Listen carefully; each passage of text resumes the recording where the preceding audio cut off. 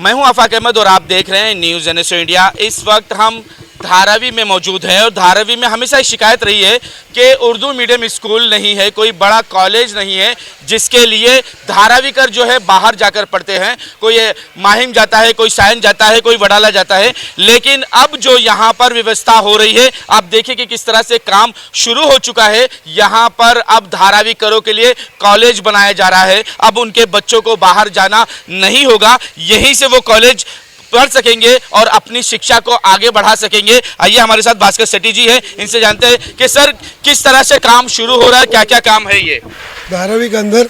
बहुत सालों से एक मांग थी बिल्कुल कि उर्दू कॉलेज और उर्दू स्कूल होना गरज है।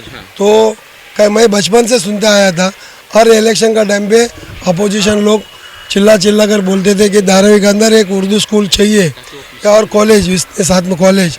7वीं के बाद में जो उर्दू पढ़ने के बच्चे हैं धारावी के अंदर नहीं होने से उनको बाहर जाना पड़ता था, कहीं कॉलेज उनको नहीं मिलता था या हायर एजुकेशन के लिए उसको तकलीफ होती थी।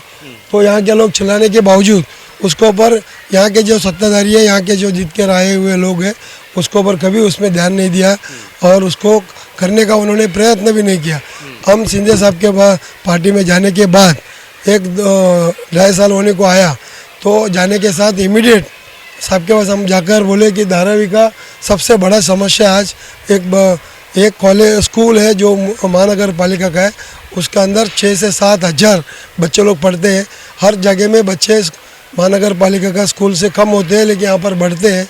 इधर एक क्लास के अंदर 100 से ऊपर बच्चे लोग पढ़ते हैं, तो उसमें ज़मीन में बैठना पड़ता है, उनको व्यवस्था नहीं है। तो साहब भी एकदम चौंक गए, ऐसा कौन सा बॉम्बे का अंदर स्कूल है। तो उन्होंने इमीडिएट उस टाइम पे महानगर पालिका का कमिश्नर इकबाल चहल साहब थे, उनको उन्होंने फ़ोन किया। उन्होंने बोला इसका पूरा जायज़ा लो। जायज़ा लेने के बाद में इसको उन्होंने पूरा उसका हकीकत मंगा के लिया सामने। तो उसमें उनको भी पता चला कि इसमें ऐसा कंडीशन है, इसमें कोई वहाँ का स्थानिक MLA रहने दो या MP रहने दो, वो लोग ने उसको ध्यान नहीं दिया। तो साहब ने इमीडिएट तुरंत उन्होंने ऑर्डर दिया कि इसको कितना खर्चा आएगा। तो इसका पूरा एस्टिमेट निकाला गया, तो 43 करोड़ रुपये का इसको एक अंदाजन बजट इसको बताया गया। तो 43 करोड़ रुपया उन्होंने इमीडिएट सैंक्शन करने के लिए आदेश दे दिया। तो वो आदेश को कंटिन्यू करते हुए फिर ऐसा DRP का आपको इसका भी ज़रूरत था NOC, क्योंकि इधर DRP बनती है। तो फिर वो DRP का NOC लेकर सब करने के बाद में आज के 1 साल होने को आया। यहाँ पर बहुत सौ अड़चनें थी, वो सब दूर करके अभी काम शुरू किया गया। भास्कर जी, ये बिल्डिंग कैसे तैयार होगी, कॉलेज कैसा होगा, कितने माले का होगा और कहाँ तक लोग पढ़ पाएंगे? इसमें देखिए पूरा मेरे पास इसका जो मैप है, प्लान मैप है, मैं आपको उसको भेजता हूँ। ये आर्किटेक्चर के माध्यम से ये जब ये सैंक्शन लेने का था, तो इधर एक ऐसा बिल्डिंग जाएगा सी टाइप में, और वो बाजू में जो अभी जो बच्चे पढ़ रहे हैं, ये वो खड़ा होने के बाद में वो बच्चों को सब इधर लाएंगे। उसके बाद में पहला तो ये बच्चे लोग इधर लाएंगे, उसके बाद में जो एक्स्ट्रा स्कूल कॉलेज उधर जो रूम बनेगा उसमें तय करेंगे कि कॉलेज उधर चालू करना है या इधर चालू करना। इन्हें अभी क्लासरूम बनाने का काम सबसे पहले हमने हाथ में लिया है। यानी कि ये जो बिल्डिंग तैयार होगी, ये जो खस्ता हाल स्कूल है इसे खत्म करेंगे, या नई जो बिल्डिंग बनेगी उसमें से उर्दू मीडियम, इंग्लिश मीडियम और मराठी मीडियम के बच्चे पढ़ाई करेंगे। उसके बाद धीरे धीरे जब काम आगे बढ़ेगा तो उसमें कॉलेज भी शुरू हो जाएगा। हो सकता है कि प्रैक्टिकल के लेबोरेटरी वगैरह भी यहाँ पे शुरू की जाए, और हो सकता है कि लोग बच्चों के लिए जो है वो और भी इसमें नई चीज़ें की शुरुआत की जाए। भास्कर जी, ये काम कब तक खत्म हो जाएगा, क्या बताया जा रहा है कि कब से इसकी शुरुआत हुई है और कब ये एंड होगा? इसका जब भी उनको दिया था तो 2 साल का इसको टाइम पीरियड दिया था। उसमें कम से कम चालू करके 8-9 महीना हो गया कि उनको पहले थोड़ा दिक्कतें आई। यहाँ पे देखिए स्कूल है, इसको स्कूल को कैसे भी अपन नहीं तोड़ सकते, तो इनको पहला वो अकोमोडेशन करना पड़ेगा। ऑलरेडी एक क्लास में बच्चे 100 के ऊपर पढ़ते, आपको भी मालूम है नियम के अनुसार 50 बच्चे एक क्लास में नहीं, इससे ज़्यादा पढ़ नहीं सकते। तो भी इधर 120-130 बच्चे एक क्लास में पढ़ते हैं। हमने सुना था कि यहाँ पर पानी की बहुत दिक्कत होती, ऊपर महले से नीचे पानी के लिए आते थे, शौचालय के लिए पानी नहीं मिलता था, पीने के लिए पानी नहीं मिलता था। क्या वो व्यवस्था ठीक हो गई है क्या? अभी आप देखिए पानी का भी हमने व्यवस्था उसी टाइम पे कराया था। अभी वो पानी का तो क्लियर हो गया। पानी का तो देखिए बहुत बड़ा समस्या नहीं है, इन्हें करना चाहे तो जल्दी कर सकते हैं। वो तो क्या बीएमसी से एक लाइन लेने का है या लाइन डलवाने का है, लेकिन ये कैसा था आपको भी पता होगा कि आप भी इधर के हैं, तो कम से कम 20-25 साल से लोगों का मांगे थे, लेकिन हर इलेक्शन में माइनॉरिटीज़ लोग रोड में आकर चिल्ला चिल्ला कर बोलते थे कि ये बार हम आपको वोट नहीं देंगे, तो उनको उस टाइम पे जाके बोला जाता था कि अगला टाइम पे मैं जीत कर आऊँगा तो आपको कॉलेज बना कर देगा। वो ऐसे ही कहली पुलाव दे देकर कई साल निकाले, लेकिन मुझे बहुत लोग बोल रहे थे कि आप लोग सिंधे पार्टी में नहीं जाना चाहिए था कि और क्योंकि वो सेकुलर नहीं है। अगर ये सेकुलर नहीं होता तो इतना बड़ा उर्दू कॉलेज के लिए 43 करोड़ रुपया सिंधे साहब क्यों देते। सिंधे साहब एक ऐसा इंसान है, वो लोगों को क्या चाहिए वो देने वाला इंसान है, और वो कभी भी जात और पात को देखते नहीं है। मैं पहला उनके पास जाके ये प्रस्ताव रखा, उन्होंने तुरंत इसको इम्प्लीमेंट किया और 6 महीने का अंदर पूरा पास हो गया प्लान वो ये सब। भास्कर जी, आपका आज पहला दिन है फेरी का, प्रचार का। कैसे प्रचार हो रहा है, कैसे लोगों से बात हो रही है, क्या लोगों की डिमांड है और क्या उनसे आप बातें कर रहे हैं, क्या मुद्दों की बातें हो रही है? देखिए, मैं पहले हमेशा यानी कम से कम 20-25 साल से सोशल वर्क करता हूँ, लोगों को पता है। मैं हजारों विधवा महिलाओं को, अपंग लोगों को मैंने पेंशन पास कर देने का काम किया है। मैं हजारों लोगों को मेडिकल हेल्प किया है।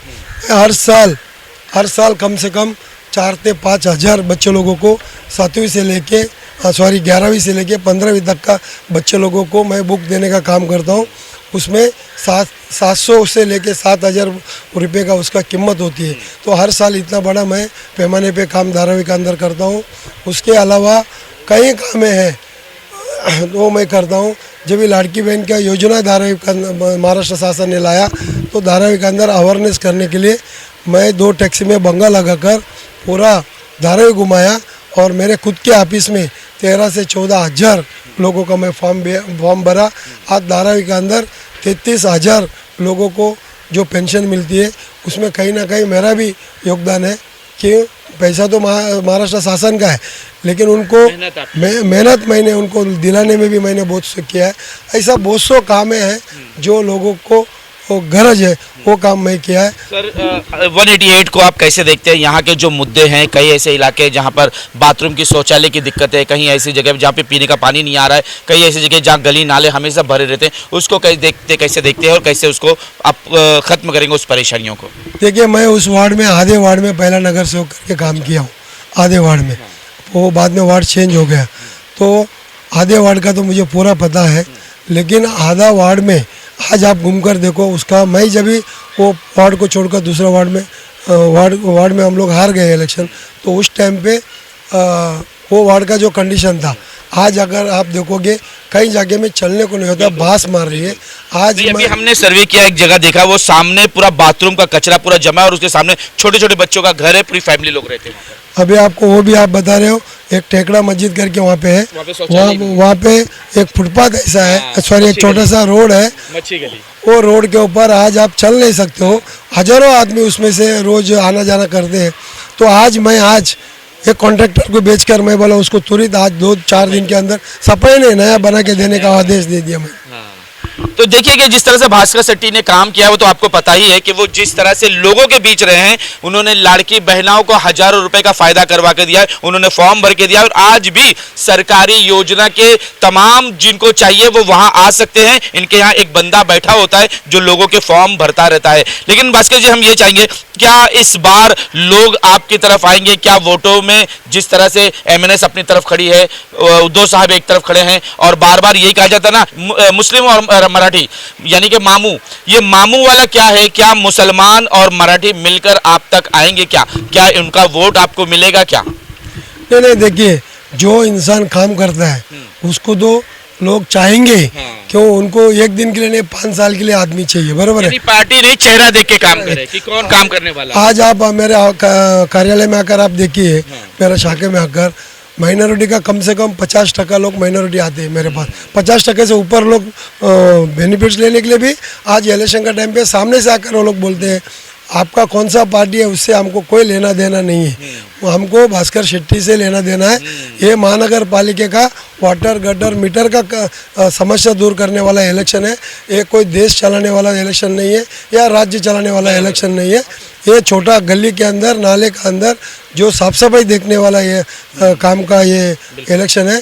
तो ये इलेक्शन में रोज वो उसको आकर देखकर उसको क्लियर करने वाला या उसको बराबर से न्याय देने वाला इंसान उनको चाहिए। तो आज मेरे सामने जो जो कैंडिडेट आए वो उन लोगों का उसका उतना क्षमता भी नहीं है। उन लोगों मेरे जो सोशल वर्क का या मेरा काम करने का जो आज तक का जो रिकॉर्ड है उसका वो 5% भी वो लोग ने कभी सोशल वर्क करके वो लोग ने किया नहीं रहेगा। धारावी करो को और आपके वार्ड को क्या कहना चाहेंगे? धाराविकरों को मैं एक ही कहूँगा कि आप इलेक्शन के दिन वोट देने के टाइम पे आप अपना आदमी है क्या वो मत देखिए, आपको कल काम पे आएगा क्या नहीं वो आप देखिए। अगर कल का यहाँ रहकर आपका समस्या दूर करने वाला इंसान है क्या नहीं है, वो समझता उसको है क्या नहीं है, कौन सा जात को बिलोंग करता है वो उस पर आप ध्यान मत दीजिए। आप सिर्फ आपका काम का टाइम पे वो खड़ा रहकर आपका समस्या दूर करने वाला रहेगा उसको वोट दीजिए और मुझे वोट दीजिए, मैं इतना ही विनती करता हूँ। यानी भास्कर जी का कहना है कि स्थानीय लोगों को आप वोट दें ताकि वो आपकी रात बिरात की कोई भी समस्या हो तो वो आ सके, ऐसा ना हो आप उसे फोन करें और वो बाहर हो और वो आ ही ना सके आपकी परेशानियों को। लेकिन एक बात हम आपको बार बार कहेंगे कि धारावी करो की जो एक मांग थी स्कूल और कॉलेज को लेकर, तो देखिए ये कॉलम डाल चुका है, बस काम भी शुरू हो चुका है। बहुत ही जल्द धारावी करो को एक अच्छा कॉलेज मिलने वाला है, यही आश्वासन दिया जा रहा है कि 2 साल में ये कॉलेज शुरू हो जाएगा। अब देखना यह है कि धारावीकर किसे वोट देते हैं, वो काम करने वालों को देते हैं या बाहर से आने वालों को वोट देते हैं। ये वोट का हक आपको है और सोचना भी आपको है। आज तक के लिए इतना ही। देश विदेश की खबरों के लिए देखते रहें न्यूज़ NSO इंडिया।